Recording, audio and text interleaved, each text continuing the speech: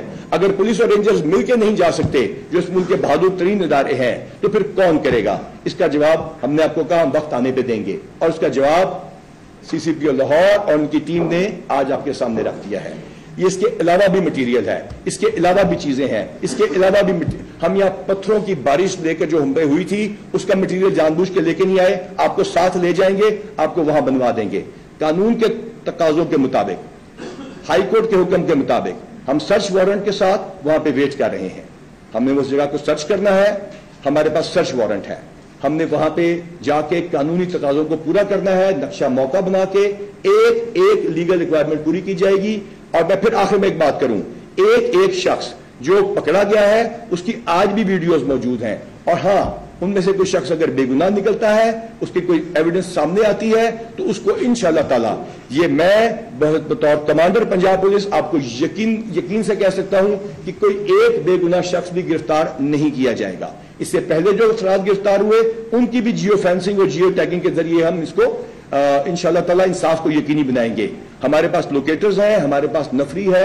ہم نے اس علاقے کو کچھ دیر کے لیے گھیرا تاکہ اور زیادہ کو نقصان کوئی نہ ہو. آج بھی ہم ویپنز کے بغیر گئے, آج بھی ہم نے اپنی جانوں کو رسک پہ ڈالا, لیکن الحمدللہ میں آپ کو بڑے فخر سے کہتا ہوں کہ انشاءاللہ تعالی ہم قانون کی حکمرانی کو یقینی بنائیں گے اور انصاف کے تمام تقاضے پورے کرتے ہوئے ہائی کورٹ اور دیگر عدالتوں کے حکم کے مطابق ان کیسز کو یکسو کریں گے. اب میں آپ کو سوالات کی آپ کو ریکویسٹ کروں گا, لیکن لاسٹ ٹائم کی طرح آپ کو ریکویسٹ کروں گا کہ آپ ایک ایک کر کے پوچھتے جائیے, اور اس کا جواب اگر ایک دفعہ میں ایک پوچھیں گے تو دو پوچھتے ہیں تو ایک ایک کر کے پوچھیے تاکہ کنفیوژن پیدا نہ ہو. یہ بتائیے گا ایک ایک سوال یہ بتائیے گا کہ یہ جو اسلحہ برآمد کیا گیا ہے, پیٹرول بم برآمد کیے گئے ہیں, اس کی FIR اب کس پہ درج ہوگی اور کیا دہشت گردی کی دفعات کے تحت ہوگی, عمران خان صاحب پہ ہوگی؟ اور آپ نے کہا ایک ایک کر کے سوال, ایک ایک سرچ آپریشن جو آپ کا بھی نامکمل ہے, اندر بشرا بی بی ہیں, تو کیا ان کو گرفتار کرنے کا کوئی امکان ہے؟ اس کو بند کر دیجیے.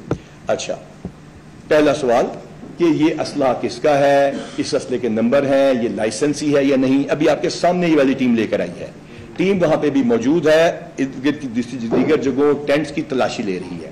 تمام ناجائز تجاوزات, تمام وہ چیزیں جس کے خلاف لوگوں کی لوکل درخواستیں تھیں, جو ٹریفک کی راہ میں رکاوٹ تھی, وہ بھی ہم نے دور کر دی ہے. ہم کیونکہ ایک پولیٹیکل پروسیس میں یقین رکھتے ہیں, اس ملک میں آئین اور قانون ہے, تو لہٰذا ہماری یہ کوشش ہوگی کہ اس کے بعد بھی یہاں پہ قانون کی حکمرانی رہے. جو بہت زیادہ امپورٹنٹ بات یہاں پر ہے, آپ نے پوچھی ہے کہ یہ پیٹرول بم اور ان کا پرچہ کس پہ درج ہوگا. یہ اسلحہ منشیات کی طرح اس کے پاس درج ہوتا ہے اس کے خلاف جو وہاں پہ اس کے پوزیشن سے برآمد کیا گیا ہو. پہلی بات, کوئی غیر قانونی کام نہ ہم نے کیا ہے نہ ہم کریں گے. نمبر 2, ان پہ کون سی دفعات لگیں گی, متعلقہ دفعات لگیں گی, یہ لوگ کس دفعہ میں درج ہوں گے, آج کا بھی پرچہ درج ہوگا. ان ویپنز کو بھی دیکھا جائے گا کہ اگر لائسنسی ہے تو اس کے حساب سے کارروائی ہوگی, لائسنسی کسی اور کے پاس غیر استعمال ہو رہا ہے اس کے حساب سے کارروائی ہوگی. وہاں پہ کچھ ایسے بنکرز ہیں, وہاں پہ کچھ ایسے بلٹ پروف چیزیں لگائی گئی ہیں جس کی ہوم ڈپارٹمنٹ یا متعلقہ اداروں سے اجازت نہیں لی گئی. یہ تمام چیزیں سرچ کے بعد سامنے آئیں گی. اب آپ کے سوال کے دوسرے حصے کی طرف آتے ہیں. یہ پنجاب پولیس کی طرف سے اور پنجاب حکومت کی طرف سے یہ آپ کو ہم یقین دلاتے ہیں کہ کسی غیر متعلقہ شخص کے خلاف کسی کارروائی کا سوال ہی پیدا نہیں ہوتا جب تک یہ پولیس کی کمانڈ آپ کے سامنے ہے. نہ صرف لائف کو بلکہ آنر کو ہر گرفتار شخص کی یقینی بنایا جائے گا کہ وہ لائف اور آنر دونوں, یعنی کہ آنر بھی ہم کہہ رہے ہیں بار بار جو الزامات لگتے رہے ہیں, اس میں کوئی خاتون ہے تو یہاں تو ہماری ماؤں کو گالیاں نکالی گئیں, تو ہم نے آج ہی کی پریس کانفرنس میں ان کی ماؤں سے درخواست کی کہ اپنے بیٹوں کو سمجھائیں کہ وہ آپ کی تعلیم پہ چلیں.